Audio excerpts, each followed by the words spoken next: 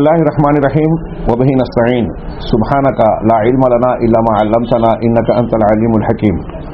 الحمد لله رب العالمين والصلاة والسلام على سيد المرسلين وعلى آله وصحبه أجمعين ومن تبعهم بإحسان إلى يوم الدين. أعوذ بالله من الشيطان الرجيم. بسم الله الرحمن الرحيم.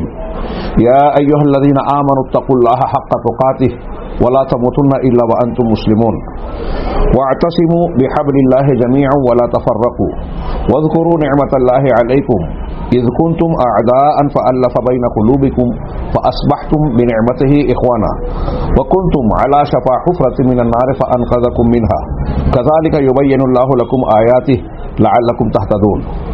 ولتكن منكم أمة يدعون إلى الخير ويأمرون بالمعروف وينهون عن المنكر وأولئك هم المفلحون. محترم حاضرین اور سامعین کرام، آج یہ سعادت کا موقع ہے کہ اس ملاقات میں ادارہ اصلاح و ترقی سوسائٹی کے زیر اہتمام ہم سب ایک انتہائی اہم دینی موضوع پر گفتگو کر رہے ہیں. اللہ تبارک و تعالیٰ سے دعا ہے کہ یہ گفتگو محض گفتگو نہ رہے بلکہ دنیا اور آخرت میں ہمارے لیے مفید برکتوں کا باعث بنا دے اس ملاقات کو، ان باتوں کو ہمیں کہنے سے زیادہ عمل کی توفیق عطا فرمائے. محترم سامعین، آج کی اس نشست کا عنوان انتہائی اہم ہے اور برسوں بلکہ صدیوں سے ابتدائے عہد سے لے کر اب تک اور انتہا تک یہ موضوع اپنی اہمیت کھونے والا نہیں ہے، اس لیے کہ یہ موضوع یعنی اجتماعیت، اس کی اہمیت اور اس کے فوائد، یہ ایسا موضوع ہے جو اگر مسلمانوں کو انفرادی طور سے تربیتی نقطۂ نظر سے دنیا اور آخرت میں کامیابی کے اعتبار سے عقائد اور ایمانیات کی ضرورت ہے تو دنیا اور آخرت کی کامیابی کے لیے اس سے جڑی ہوئی چیز اجتماعیت اور قرآن و حدیث کے دائرے میں اتحاد و اتفاق کی ضرورت ہے. اس کے بغیر دنیا اور آخرت کی سعادتیں، کامیابیاں، مسلمانوں کی فتوحات اور ترقیات حاصل نہیں ہو سکتی. اسلام نے قرآن و حدیث میں اجتماعیت پر بہت شدید زور دیا ہے. سب سے پہلے ہم اجتماعیت کا ہلکا سا تعارف، یہ جمع سے بنا ہے، جیم نیم عین. جمع کرنا اردو میں بھی ہم بولتے ہیں اور عربی زبان میں بھی یہ ہے. جمع اسی سے ہے اجتماع، کسی چیز کو جمع اکٹھا کرنا، یکجا کرنا، ملانا، ضم کرنا. اور اجتماع اکٹھا ہونا، ضم ہونا. اصطلاح شریعت میں اس کا معنی ہوتا ہے کہ مسلمان ایک دوسرے سے اس طرح مل کر رہیں، باہم اس طرح انضمام اختیار کریں کہ ایک دوسرے کے لیے متعاون اور بھائی بھائی بن جائیں اور آپس میں تفرقہ اور اختلاف کا خاتمہ کر دیں. اور یہ اجتماعیت کا میں نے ہلکا سا مفہوم بتایا، اور ساتھ ہی ساتھ جس چیز کے گرد مسلمانوں کی اجتماعیت قائم ہوگی، ان کا اتحاد واقع ہوگا، وہ ہے اللہ کی کتاب اور اس کے رسول صلی اللہ علیہ وسلم کی سنت. یعنی یہ اجتماعیت کی بنیاد ہے. قرآن اور حدیث نے اجتماعیت پر اتنا زور دیا جس کا ہم اندازہ نہیں لگا سکتے، اور یہ بیان کیا اس کے فوائد کو اگر ہم ذکر کریں تو دنیا اور آخرت کے سارے فائدے اجتماعی ہی نہیں، قومی اور ملی ہی نہیں، بلکہ انفرادی حیثیت سے بھی مسلمانوں کی عزت، ان کی سعادت، ان کا وقار، دوسروں پر ان کا رعب اور دبدبا اور مسلمانوں کے تشخص کا محفوظ رہنا، یہ ان کی اجتماعی قوت پر منحصر ہے کہ جس قدر مسلمان اکٹھا ایک قوت اور ایک جان کی طرح ہوں گے، اسی اعتبار سے ان کو عزت، وقار، قوت، شوکت ملے گی، حکومت ملے گی. اسلام نے اگر آپ دینی تعلیم کا جائزہ لیں تو عقائد سے لے کر چھوٹے چھوٹے امور تک، معاملات تک، ہر جگہ انسان کو یہ تعلیم دی ہے کہ ایک مسلمان انفرادی زندگی کا تصور کر ہی نہیں سکتا. یوں بھی عام طور سے یہ کہا جاتا ہے، علماء شہریت یہ کہتے ہیں، عمرانیات کے علماء، کہ انسان مدنی بالطبع ہے، طبیعتاً مدنی ہے، شہری اور اجتماعی زندگی گزارتا ہے. معاشرتی زندگی کے بغیر انسان اپنا گزارا نہیں کر سکتا. ایک لقمہ جو انسان کے منہ تک آتا ہے وہ بھی بغیر دوسروں کے تعاون کے، دوسروں کی مدد کے اس کے منہ تک نہیں پہنچ سکتا. کوئی ایک کام بھی انسان انفرادی طور سے انجام نہیں دے سکتا. جانوروں کی طرح، وحشی درندوں کی طرح یہ زندگی نہیں گزار سکتا. انسان سماج اور معاشرے میں جیتا ہے، اس کے لیے ایک دوسرے سے تعاون، ایک دوسرے سے معاملات، اختلافات اور دوسرے معاملات پیش آتے ہیں. لہذا ان کے درمیان ایک نظام کی ضرورت ہوتی ہے.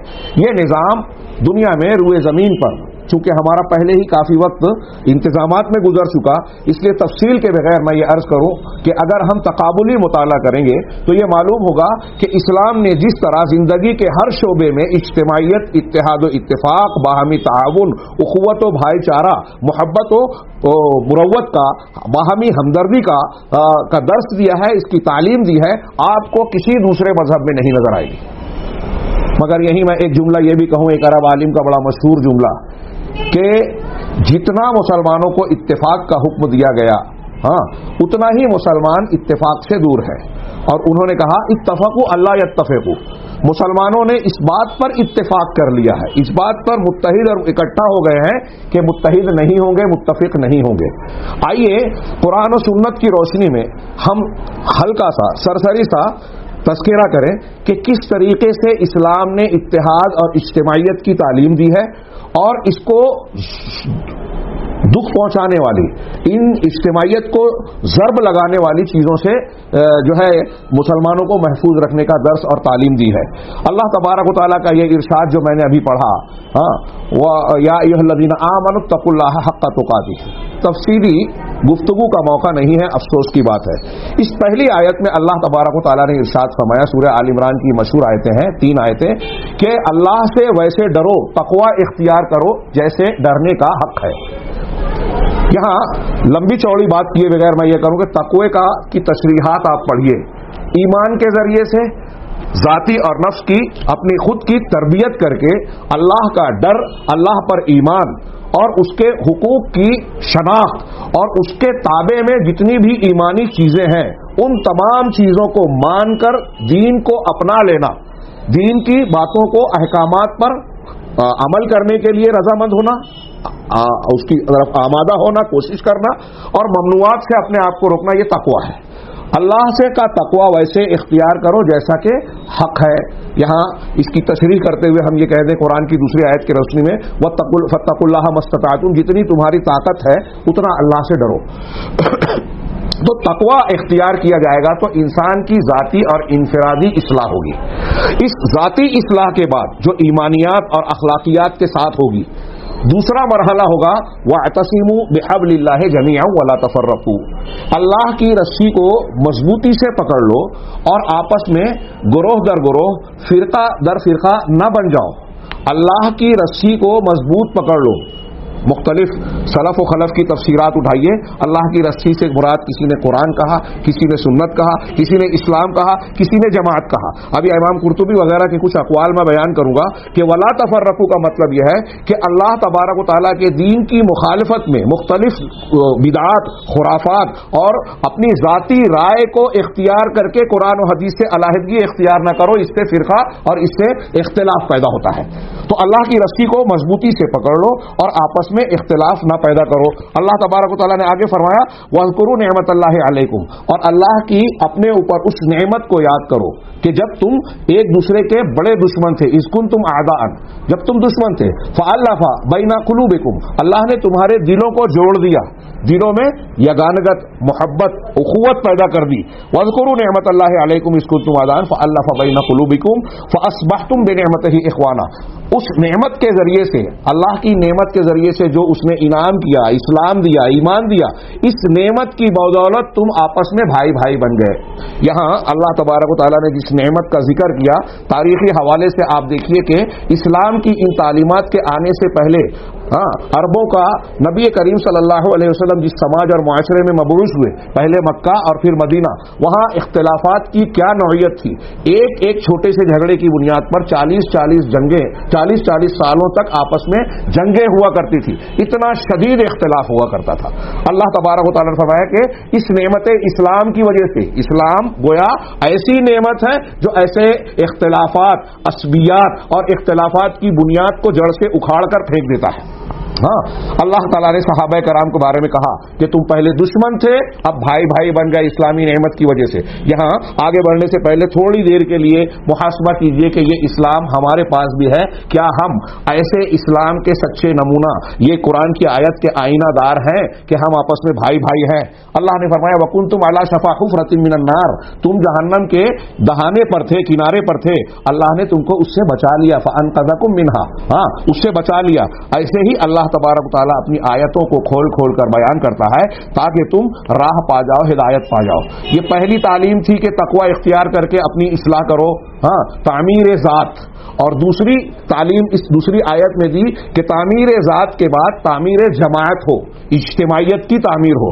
اور جب انسان ذاتی طور پر مکمل مسلمان بن جائے عقائد و اخلاق کی بنیاد پر، اسلامی تعلیمات کی بنیاد پر، اور پھر اس کے بعد ایک جماعت بن جائے، پورے مسلمان جسد واحد اور بنیان واحد ایک عمارت بن جائیں، ایک دوسرے کو قوت دینے والے متعاونین. تو اب اس جماعت کا کام دنیا میں یہ ہے جو اگلی آیت میں بیان کیا گیا وَلْتَكُن مِّنكُمْ أُمَّةٌ يَدْعُونَ إِلَى الْخَيْرِ، کہ تمہیں ایک ایسی امت ہونا چاہیے جو خیر کی طرف دعوت دے، وَيَأْمُرُونَ بِالْمَعْرُوفِ، اور معروف کا حکم دے، وَيَنْهَوْنَ عَنِ الْمُنكَرِ، اور منکر سے روکے.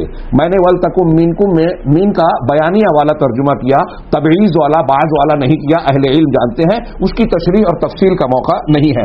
ہاں کہ یہ تمہارا کام ہونا چاہیے کہ اب دنیا میں خیر پھیلاؤ، دعوت الی الخیر کرو، امر بالمعروف اور نہی عن المنکر سے دنیا کو نیکیوں سے بھر دو، برائیوں سے پاک کرو.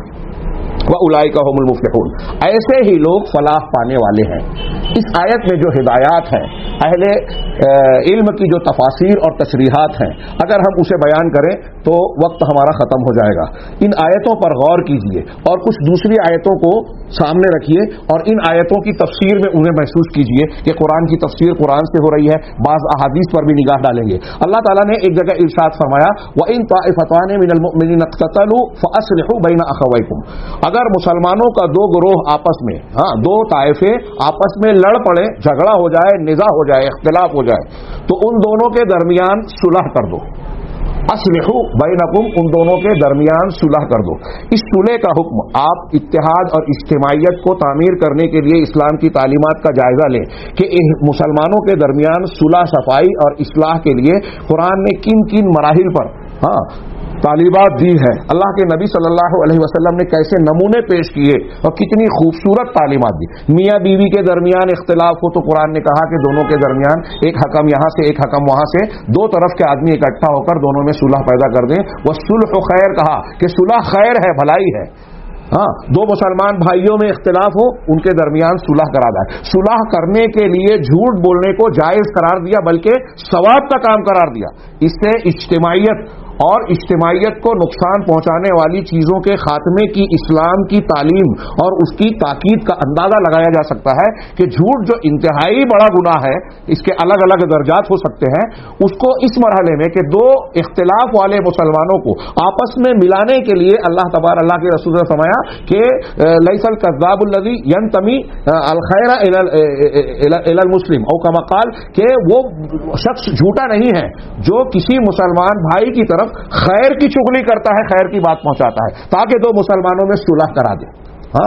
اگر دو مسلمانوں میں صلح اختلاف ہو جائے تو ان دونوں کے درمیان اختلاف صلح کرا دو. فاصلحوا بینہم فإن بغت احداہما علی الاخری، اگر ایک دوسرے پر بغاوت کر رہی ہے، فقاتلوا التی تبغی، تو جو گروہ طائفہ بغاوت کر رہا ہے اس سے تم قتال کرو، صلح نہ کرنے کی صورت میں اس سے جھگڑا اور جنگ کرو، حتی تفیء الی امر اللہ، یہاں تک کہ وہ اللہ کے حکم کی طرف لوٹ آئے. غور کیجئے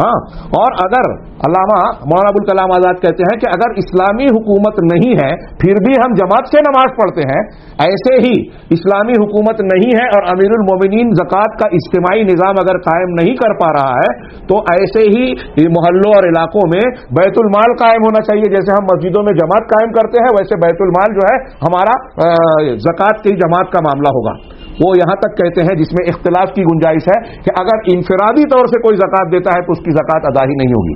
جیسے جماعت میں شرکت کرنے کی قدرت کے باوجود اگر کوئی جماعت میں نماز نہیں پڑھتا، انفرادی طور پر پڑھتا ہے تو اس کی نماز نہیں ہوگی. ایسے ہی زکوٰۃ کے معاملے کے سلسلے میں بیان کرتے ہیں. آپ اندازہ لگا سکتے ہیں، یہیں رک کر میں اشارہ کروں، شاید آگے موقع نہ ملے، کہ آپ اسلام کی جتنی بھی عبادات دیکھیں، نماز، روزہ، حج، زکوٰۃ، یہاں تک کہ جو فرض کفایہ کے امور کہلاتے ہیں جیسے جنازے میں شرکت اور پھر عیدین ہو، جمعہ ہو، اور جتنے بھی عبادات ہیں ہر جگہ اجتماعیت کا تصور ہے، اجتماعیت کی تعلیم ہے. ہر عبادت مسلمانوں کو اجتماعیت کی طرف لے جاتی ہے. قرآن کی کئی آیتوں میں کہا ان ھذہ امتکم امۃ واحدہ وانا ربکم فاتقون، ہاں کہ یہ تمہاری امت ایک امت ہے اور میں تمہارا پروردگار ہوں، لہذا مجھ سے ڈرو، میری عبادت کرو. دوسرے مقام پر کہا. تو ان آیتوں کے سیاق کو دیکھیے کہ امت ایک ہے. امت کے مسلمانوں کی اجتماعیت یعنی وحدت المسلمین یہ متقاضی ہے، یعنی یہ جڑی ہوئی ہے وحدت رب سے کہ تمہارا رب ایک ہے. جب ایک رب کو مانتے ہو تو ایک جماعت اور ایک امت ہونی چاہیے، اس کا لازمی تقاضا ہے. میرے بھائیوں، میں ایک بات زور دینا چاہتا ہوں، یہ موقع نہیں ہے ورنہ میں اس پر صرف آدھا لمبی چوڑی گفتگو کر سکتا ہوں کم علمی کے باوجود، کہ توحید کا بنیادی تقاضا اور توحید کی تکمیل کا حصہ یہ ہے کہ ایک مسلمان دوسرے مسلمانوں کے تعلق سے محبت کا، تعاون کا، ہمدردی کا جذبہ رکھے. اگر اس کے اندر یہ جذبات نہیں ہیں، اجتماعیت کا لحاظ، مزاج اور رجحان نہیں ہے، تو اس کا مطلب یہ کہ اس کی توحید میں کمی ہے. لہذا کتاب و سنت کی بنیاد پر مسلمانوں کا اجتماعی ڈھانچہ اور امت واحدہ قائم ہوتی ہے، اور اس کی جڑ بنیاد اللہ کی توحید ہے.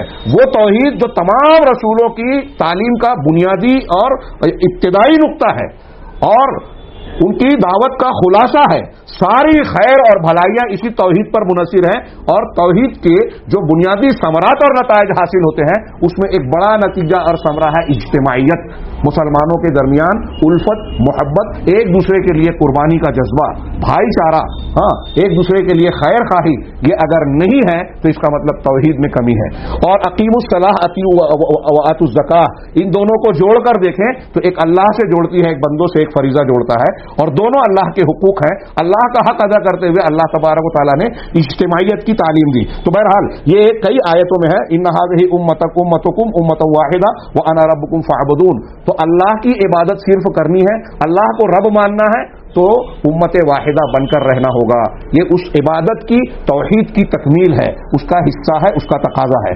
چنانچہ ہم آگے بڑھتے ہیں. اللہ تعالیٰ نے اس آیت میں فرمایا کہ نماز قائم کرتے ہیں مومن مرد اور مومن عورتیں، زکوٰۃ دیتے ہیں. اکیلے نہیں پڑھتے، جماعت سے پڑھتے ہیں.